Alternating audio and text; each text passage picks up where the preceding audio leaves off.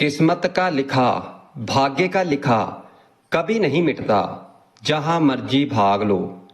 साध संगत जी, पूरन संत महात्माओं ने बिल्कुल सही कहा है कि भाग्य का लिखा हुआ कभी नहीं मिटता। जो भाग्य में लिखा है तो वो हमें मिलता ही मिलता है।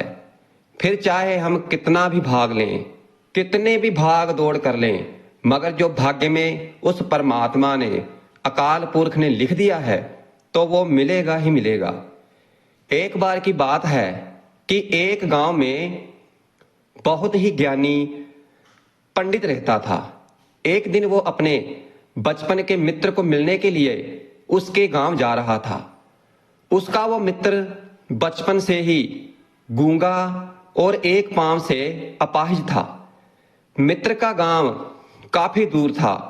रास्ते में और भी कई छोटे छोटे गांव आते थे। पंडित अपनी ही धुन में चला जा रहा था कि अचानक उसके रास्ते में एक व्यक्ति मिला और फिर वो भी पंडित के साथ साथ चलने लगा। पंडित ने सोचा कि चलो अच्छा हुआ, साथ साथ चलने से सफर जल्दी कट जाएगा। चलते चलते पंडित ने उस व्यक्ति से उसका नाम पूछा तो उस व्यक्ति ने अपना नाम महाकाल बताया। पंडित को यह नाम अजीब सा लगा, पर पंडित नाम के साथ कुछ और पूछना जरूरी नहीं समझता था। दोनों एक दूसरे के साथ साथ चल ही रहे थे कि अचानक रास्ते में एक गांव आया। फिर महाकाल ने पंडित से कहा कि आप आगे चले, मैंने इस गांव में किसी को मिलना है, मैं आपको आगे जाकर मिलता हूं। पंडित ने कहा ठीक है, और वो आगे चल पड़ा। और फिर ही गांव में एक खबर फैल गई कि एक व्यक्ति को सांड ने मार दिया। और फिर जैसे ही उस सांड ने व्यक्ति को मारा तो फिर वो महाकाल नाम का व्यक्ति वापस पंडित जी के साथ आकर रल गया। और फिर दोनों चलते चलते दूसरे गांव के बाहर पहुंचते हैं, जहां पर एक छोटा सा मंदिर बना हुआ था। वहां पर रुकने का प्रबंध भी अच्छा था। पंडित के मित्र का गांव अभी दूर था और रात भी होने वाली थी।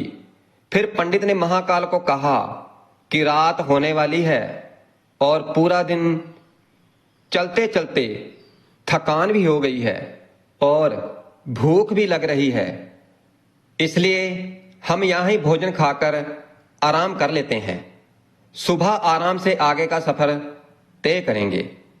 महाकाल ने कहा ठीक है, वैसे भी मैंने इस गांव में किसी को जरूरी सामान देना है, आप खाना खा लें और आराम करें, मैं बाद में आकर खा लूंगा।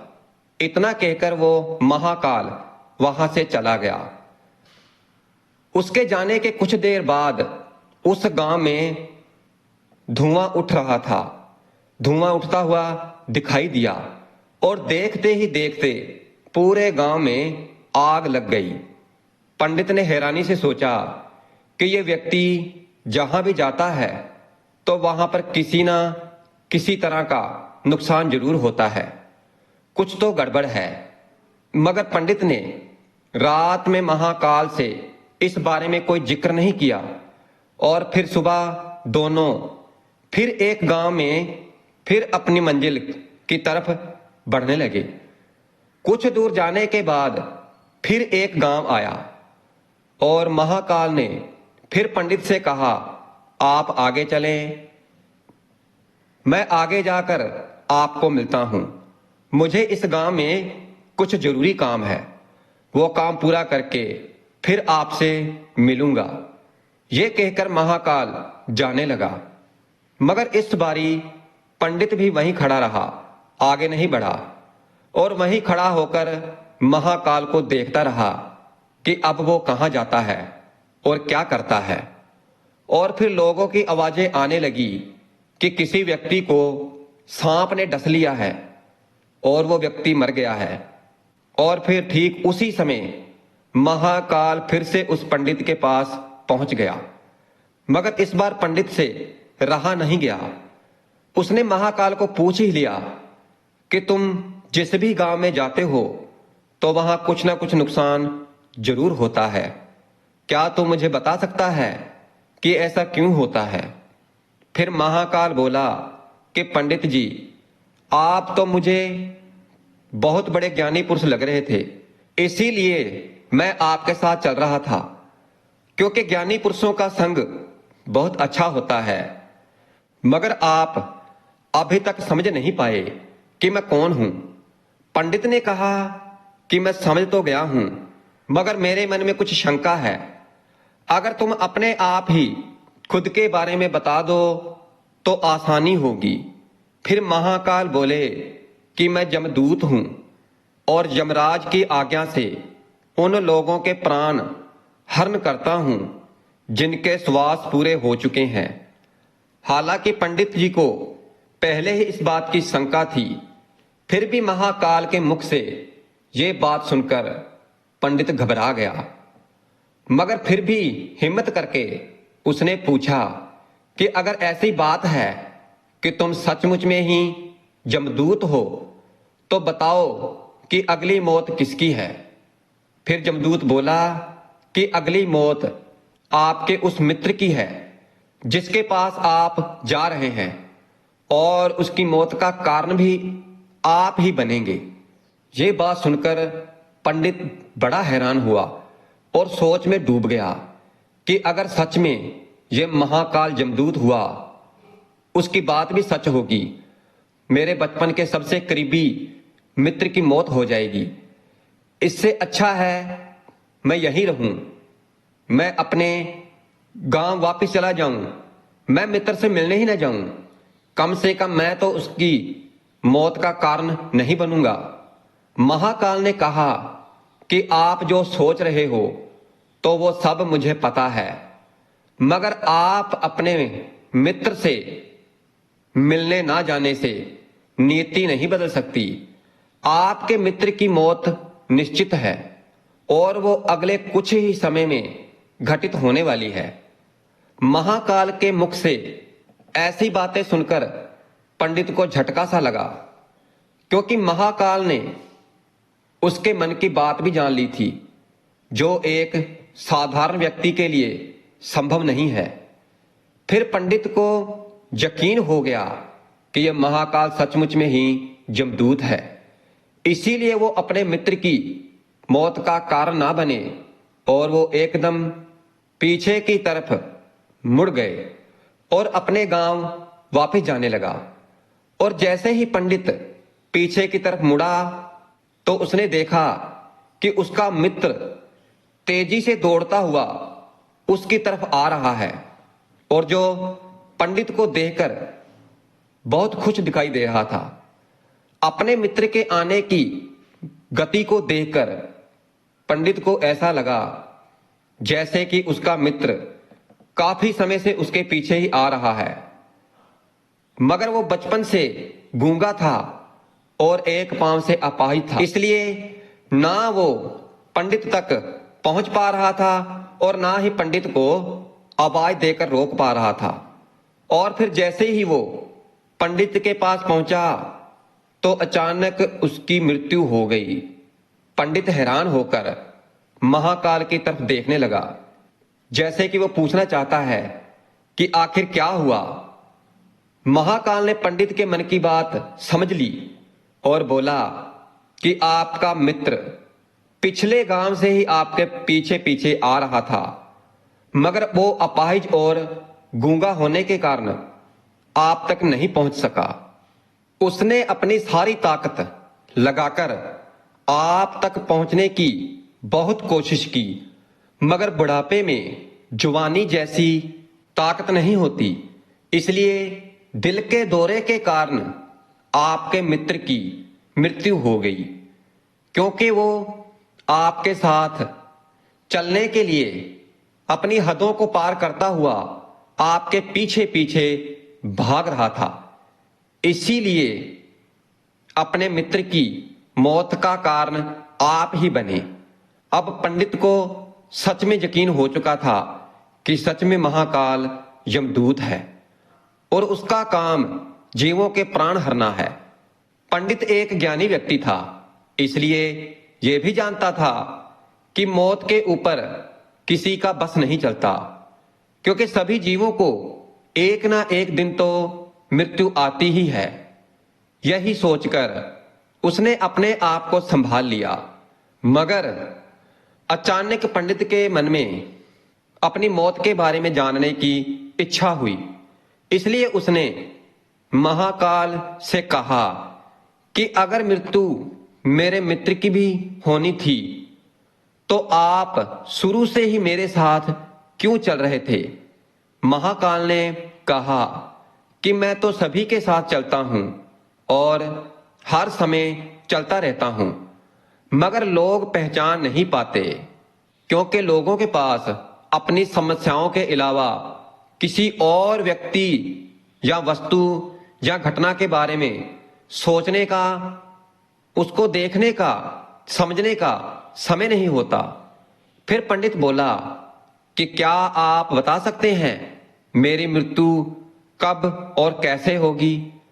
फिर महाकाल ने कहा कि हालांकि किसी साधारण जीव को यह जानना उपयुक्त नहीं है, क्योंकि कोई भी जीव अपनी मौत के बारे में जानकर दुखी होता है।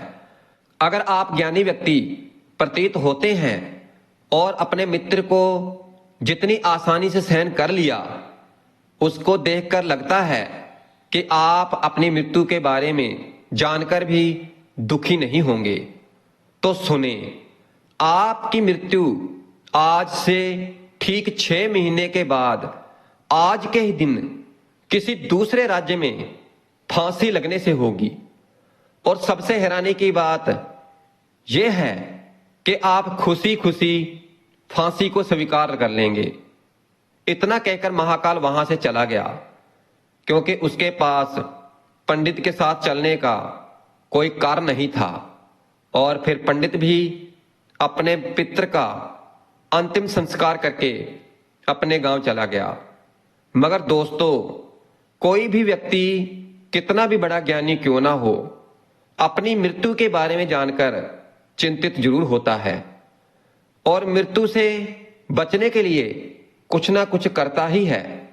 और उस पंडित ने भी किया, क्योंकि पंडित विद्वान था, इसलिए उसकी पहचान राजा तक थी।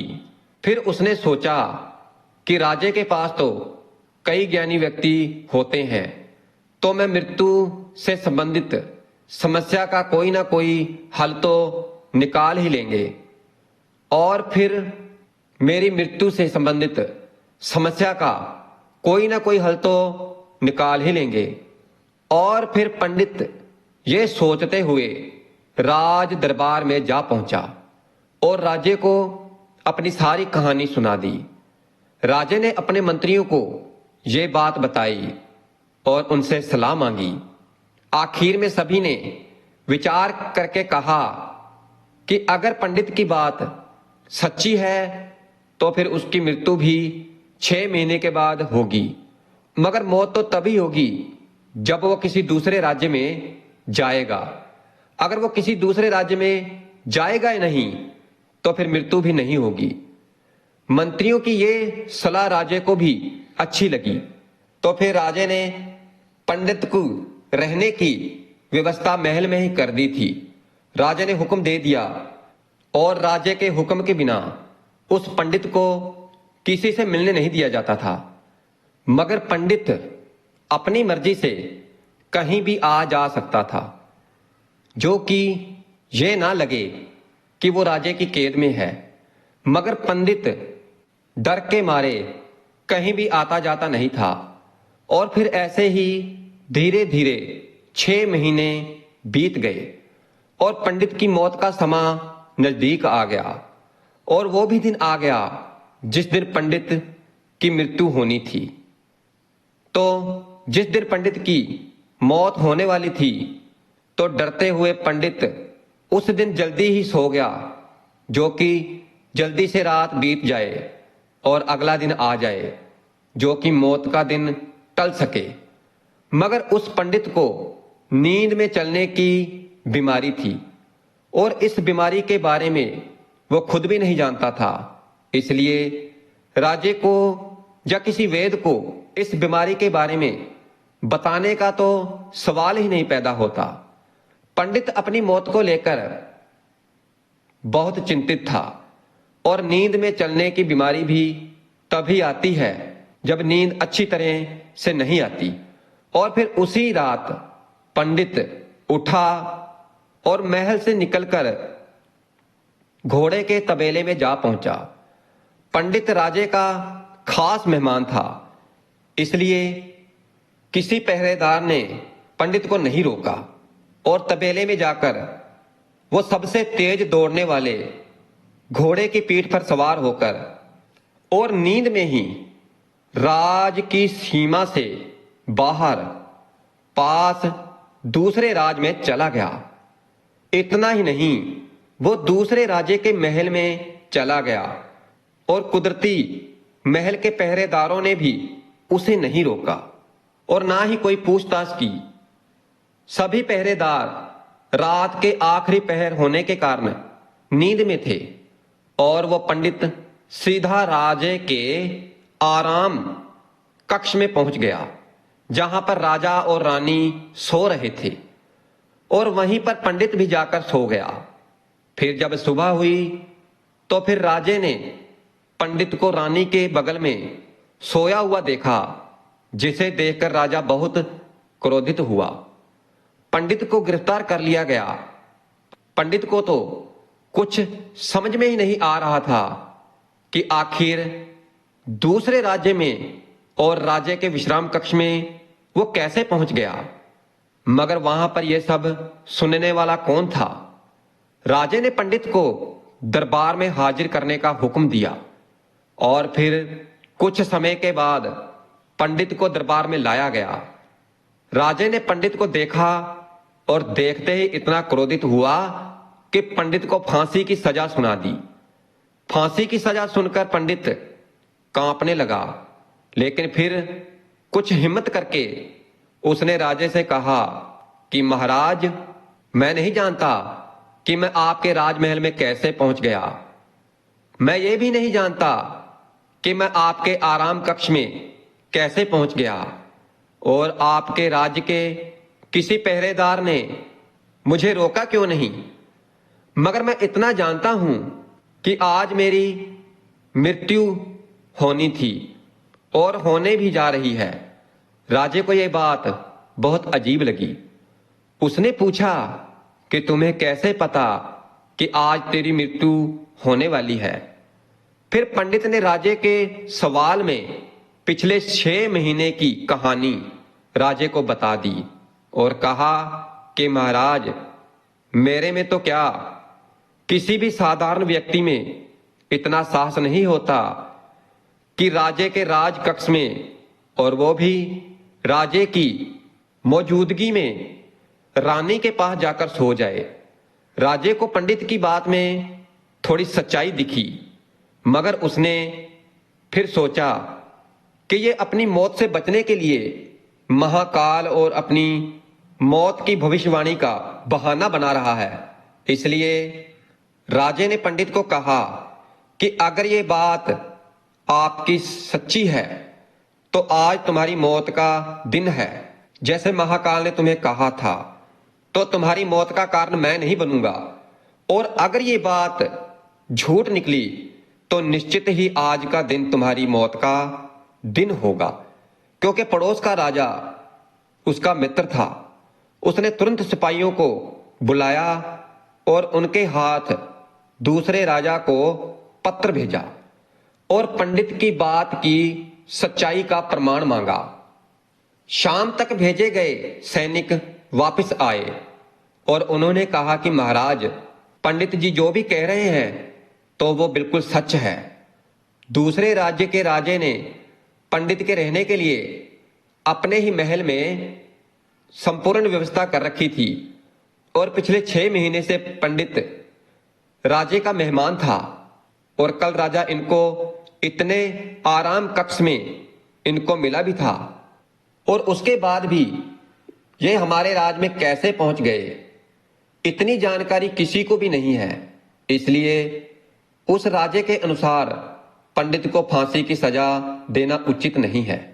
मगर राजे के लिए एक नई समस्या खड़ी हो गई, क्योंकि उसने बिना कुछ जाने ही पंडित को फांसी की सजा सुना दी थी।